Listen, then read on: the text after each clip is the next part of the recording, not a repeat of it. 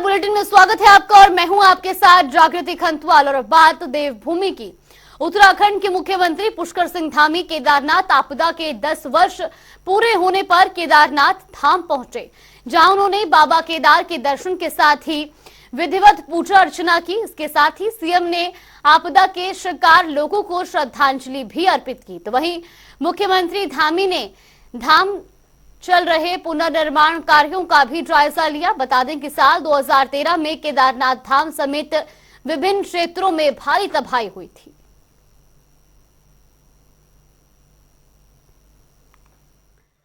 आज से 10 साल पहले यहाँ पर भयंकर त्रासदी जो बाबा केदार में आई थी, उस त्रासदी में हजारों लोग हताहत हुए थे, दिवंगत हुए थे, हमारे बीच नहीं रहे।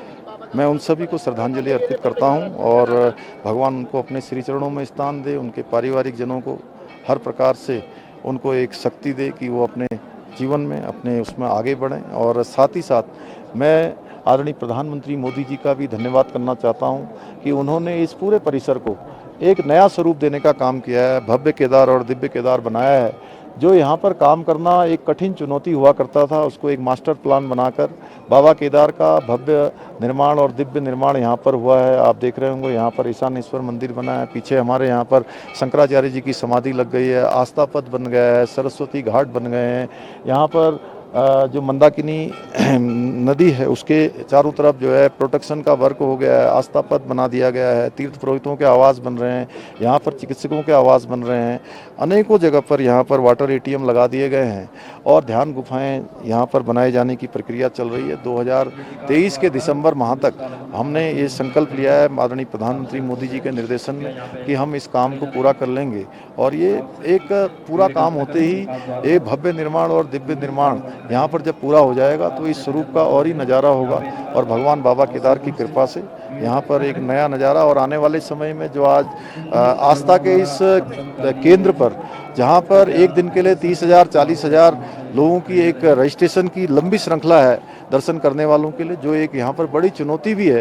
लेकिन मैं प्रधानमंत्री जी का अभिनंदन करना चाहता हूँ कि उन्होंने जो इस स्थान के लिए रोपवे का जो शिलान्यास पिछले वर्ष उन्होंने कर दिया था, रोपवे का काम जैसे ही यहाँ पर पूरा हो जाएगा तो इस यहाँ पर यात्रा करने वालों की संख्या भी और लोगों की सुविधा भी दोनों ही बढ़ जाएंगी। एक अद्भुत कार्य होगा।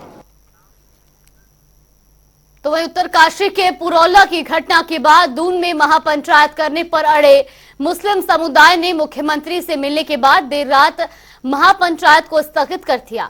आयोजकों ने कहा कि मुख्यमंत्री ने उन्हें पुरौला जैसी घटना दोबारा ना होने और सांप्रदायिक सौहार्द खराब करने वालों से सख्ती से निपटने का आश्वासन दिया है।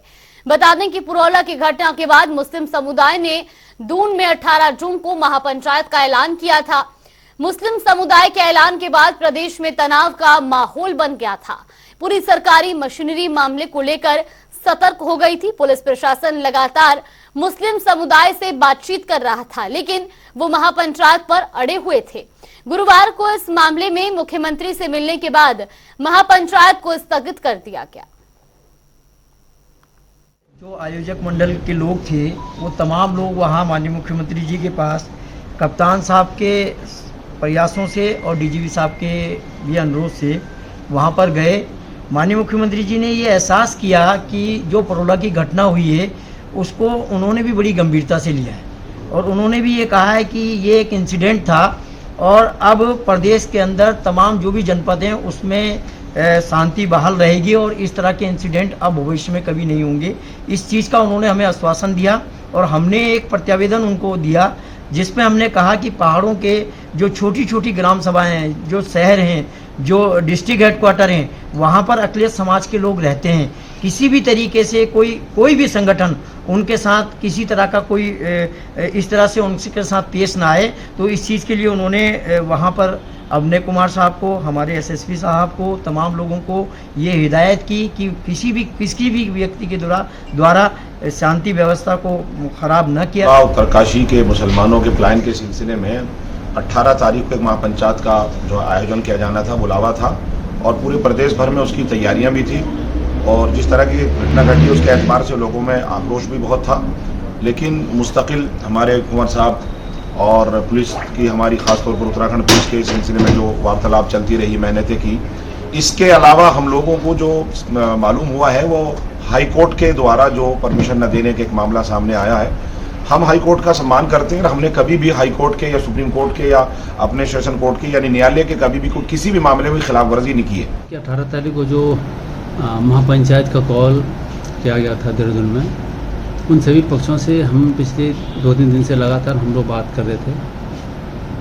कल रात को 11 बजे से लेकर 2 बजे तक हमने पुनः, मैं और मेरे प्रतिनिधि और आपके मौजूद लोग यहाँ पर आए थे, 2 बजे तक हमने वार्ता की। एक सैद्धांतिक समिति बनी और आज दिन में सुबह लगभग 12-12:30 बजे डीजीपी साहब से मौजूद लोगों की जो है फिर पुनः एक मीटिंग हुई थी।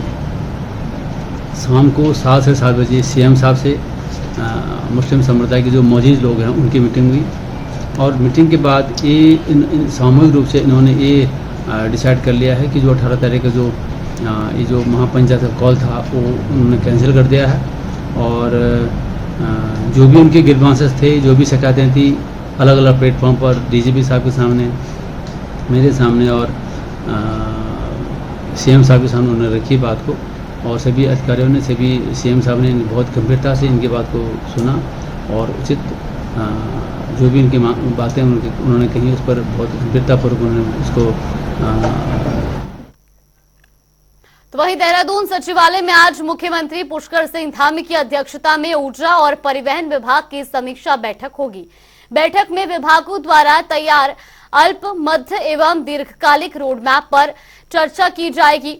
बता दें कि ये बैठक आज शाम 5 बजे सचिवालय में की जाएगी। तो सीएम धामी की अध्यक्षता में ये बैठक होनी है।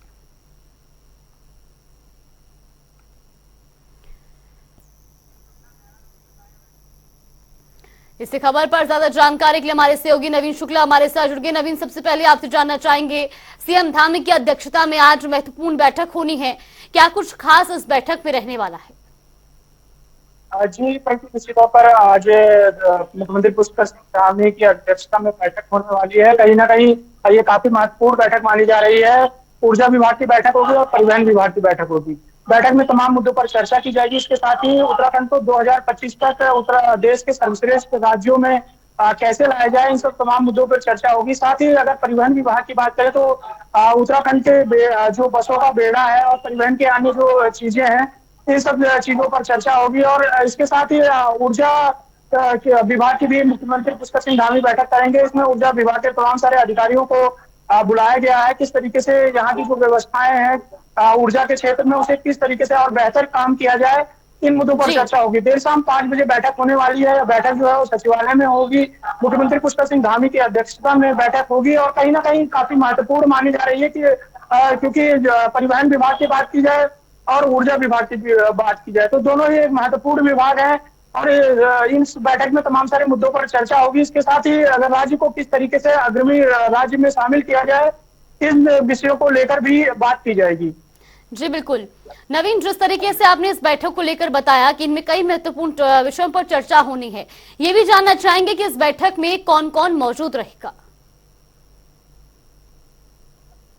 जी, निश्चित तौर पर बताना चाहूंगा कि आज देर शाम 5 बजे बैठक होगी। जो ऊर्जा विभाग के जो आला अधिकारी हैं उन्हें इस बैठक में बुलाया गया है। इसके साथ ही परिवहन विभाग के जो अधिकारी हैं उन्हें भी बैठक में बुलाया गया है, क्योंकि महत्वपूर्ण दोनों ही महत्वपूर्ण विभाग हैं। चाहे ऊर्जा के क्षेत्र में बात की जाए या फिर परिवहन के क्षेत्र में की जाए, तो काफी महत्वपूर्ण विभाग है और सभी अधिकारियों को बुलाया गया है इसमें। और साफ तौर पर मुख्यमंत्री ने कहा है कि जो भी अधिकारी आ रहे हैं बैठक में शामिल होने के लिए आ रहे हैं, वो अपने जो विभाग का खाका तैयार करके लाएं, जो समस्याएं हैं उसको लिख कर लाएं और क्या कुछ और बेहतर किया जा सकता है इसको लेकर भी जो पूरी अपनी तैयारी के साथ आए। तो तमाम सारे जो विभाग हैं, चाहे ऊर्जा विभाग की बात की जाए या फिर परिवहन विभाग की बात की जाए, तमाम अधिकारियों को यह निर्देशित किया गया है कि वो अपने विभागों का खाका तैयार करके लाएं, पूरी तैयारी के साथ आए कि व्यवस्थाओं को किस तरीके से और बेहतर बनाया जाए, इन विषय को लेकर आए। और तो जो चर्चाएं होने वाली है तो तमाम अधिकारियों के साथ इसमें चर्चा होगी कि ऊर्जा के क्षेत्र में प्रदेश को किस तरीके से आगे बढ़ाया जाए, परिवहन में क्या कुछ और सुधार किया जाए कि परिवहन की जो व्यवस्थाएं हैं उसे दुरुस्त किया जाए। इन तमाम सारे मुद्दों पर चर्चा होने वाली है। सबसे बड़ी बात यह है कि उत्तराखंड एक ऊर्जा प्रदेश है, तो ऊर्जा के क्षेत्र में क्या कुछ और बेहतर काम किया जाए, इन तमाम सारे मुद्दों पर चर्चा होने वाली है। जी बिल्कुल, बहुत बहुत धन्यवाद आपका हमारे साथ जुड़ने के लिए और तमाम जानकारी हम तक पहुंचाने के लिए। वहीं रुक करेंगे अगली बड़ी खबर की ओर। बड़ी खबर आपको बता दें, जहां केदारनाथ यात्रा के लिए सरकार ने ऑनलाइन और ऑफलाइन नए पंजीकरण पर रोक 20 जून तक बढ़ा दी है। केदारनाथ धाम में तीर्थयात्रियों की भीड़ को नियंत्रित करने के लिए ये निर्णय लिया गया है। चार धाम यात्रा में अब तक 27 लाख से अधिक श्रद्धालु दर्शन कर चुके हैं। इसमें सबसे अधिक केदारनाथ में 9.5 लाख यात्रियों ने दर्शन किए हैं। तो वहीं आपको बता दें कि केदारनाथ धाम की यात्रा के लिए सरकार ने पहले 16 जून तक ऑनलाइन और फिर ऑफलाइन पंजीकरण पर रोक लगाई थी, लेकिन अब इसे बढ़ाकर 20 जून तक किया गया है।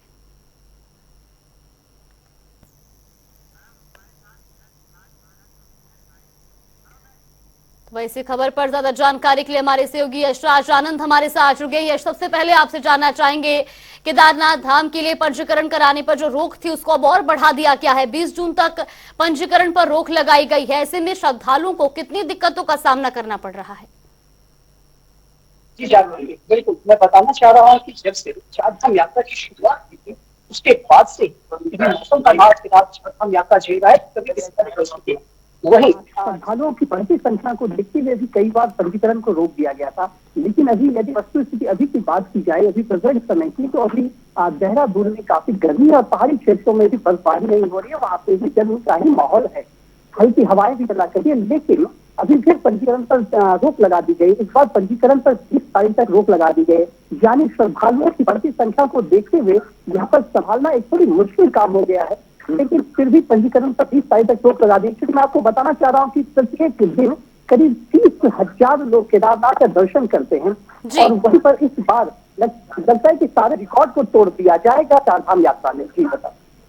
जी बिल्कुल, और ऐसे में ये भी जानना चाहेंगे कि कब तक जो है पंजीकरण दोबारा से शुरू किए जा सकते हैं, इसको लेकर अपडेट मिल रही है? क्योंकि लगातार जो है पहले 16 जून तक रोक लगाई गई थी, फिर इसे बढ़ाकर 20 जून किया गया। क्या आगे भी पंजीकरण पर जो रोक की तारीख है उसको और आगे बढ़ाया जा सकता है?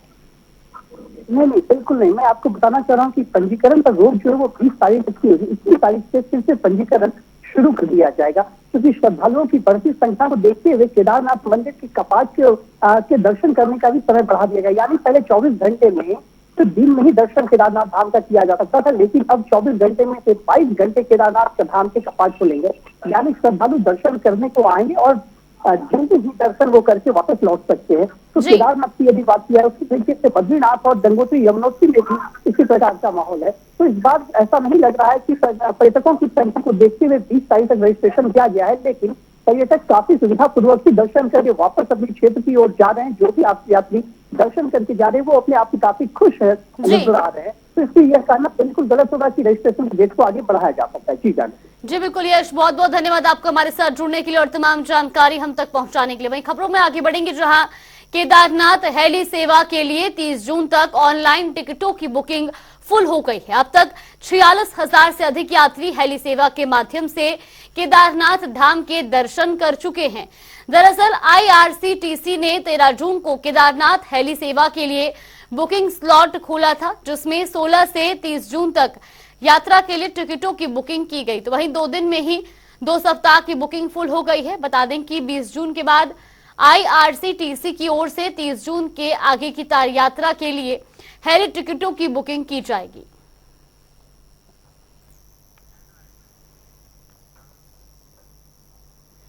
तो वहीं उत्तराखंड में प्रधानमंत्री नरेंद्र मोदी के कार्यकाल के 9 साल पूरे होने पर भारतीय जनता पार्टी ने महाजनसंपर्क अभियान चलाया है।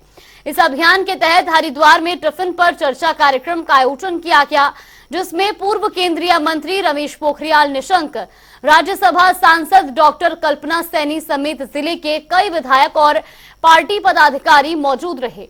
सभी भाजपा नेता अपने अपने टिफिन लेकर जगजीतपुर में निर्माणाधीन मेडिकल कॉलेज में पहुंचे। वहीं सांसद रमेश पोखरियाल निशंक ने बताया कि भारतीय जनता पार्टी प्रधानमंत्री नरेंद्र मोदी के 9 साल के कार्यकाल को उत्सव के रूप में मना रही है। साथ ही कहा कि सरकार की ओर से कराए गए विकास कार्यों को बीजेपी कार्यकर्ता लोगों तक पहुंचाने का काम करेंगे। कि पूरे देश भर में हमारे जो 8 कार्यक्रम है उसमें एक ये प्रमुख कार्यक्रम है कि हम कार्यकर्ताओं के साथ चर्चा करेंगे और चर्चा के बाद सामूहिक भोज करेंगे।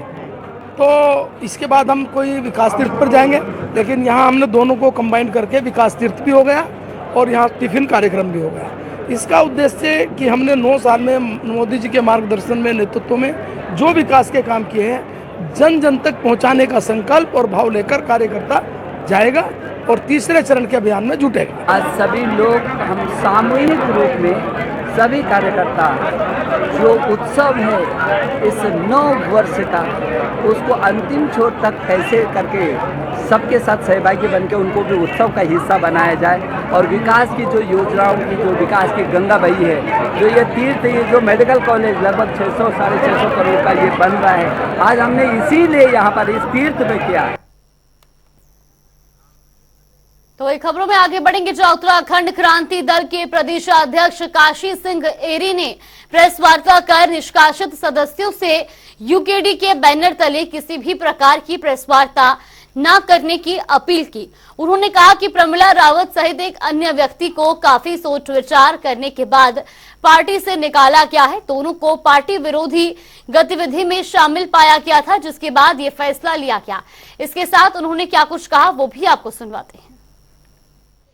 2 व्यक्ति को निकाला गया था, जेपी उपाध्याय और प्रमिला रावत। उनको निष्कासित करने के बहुत कारण थे। उनको बहुत सारी उनके पार्टी विरोधी गतिविधियाँ थी, जिनके लिए उनको नोटिस दिया गया और नोटिस का जवाब देने के लिए उनको समय दिया गया। समय पर उन्होंने जवाब भी नहीं दिया।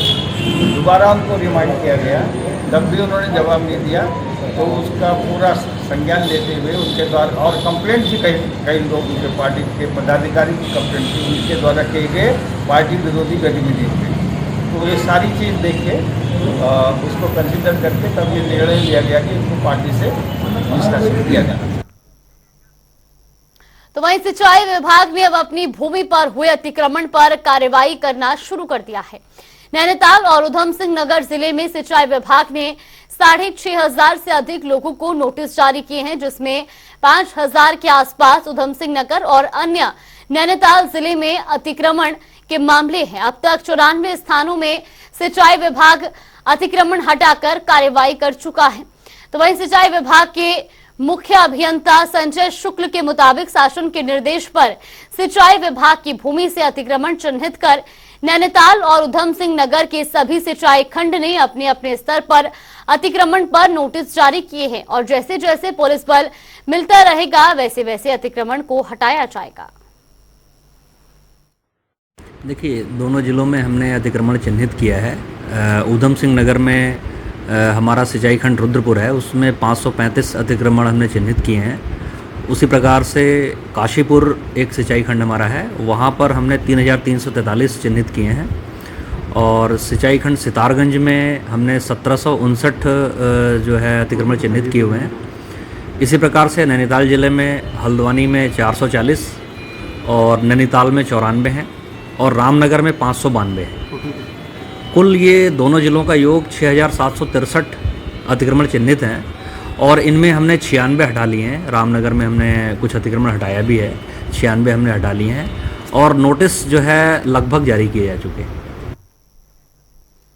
तो वहीं उत्तराखंड में बार बार बिजली जाने से नाराज गृहिणियों का सब्र अब जवाब दे गया, जिसके चलते हल्द्वानी में महिलाओं ने अपने घरों से बाहर निकलकर तपती गर्मी में प्रदेश सरकार और बिजली विभाग का पुतला फूंककर आक्रोश जताया। महिलाओं ने कहा कि सरकार बिजली और पानी जैसी मूलभूत सुविधाएं ही दुरुस्त नहीं कर पा रही है, तो पूरा प्रदेश कैसे चला पाएगी। तापमान 40 डिग्री तक पहुंच गया है और बार बार बिजली कटौती से आम जनता परेशान हो चुकी है। महिलाओं के लिए घर की रसोई में खड़े होकर खाना बनाना तक मुश्किल हो रहा है और सरकार है कि ऐसी कमरों में बैठी है। तो वहीं महिलाओं ने कहा कि सरकार हर बार गर्मियों में कटौती ना करने की बात कहती है, पर होता इसका उल्टा ही है। मैं बिमला सांगड़ी प्रदेश प्रवक्ता, और आज हम सब महिलाएं एकत्रित हुई हैं। ज्यादा परेशानी हम ही लोगों को हो रही, बहनों को, क्योंकि किचन में हम ही को जाना पड़ता है, बच्चों का काम हम ही को करना पड़ता है और अधिकांश बहनें काम करती हैं और मेहनत करती हैं, ऑफिस में भी जाती हैं।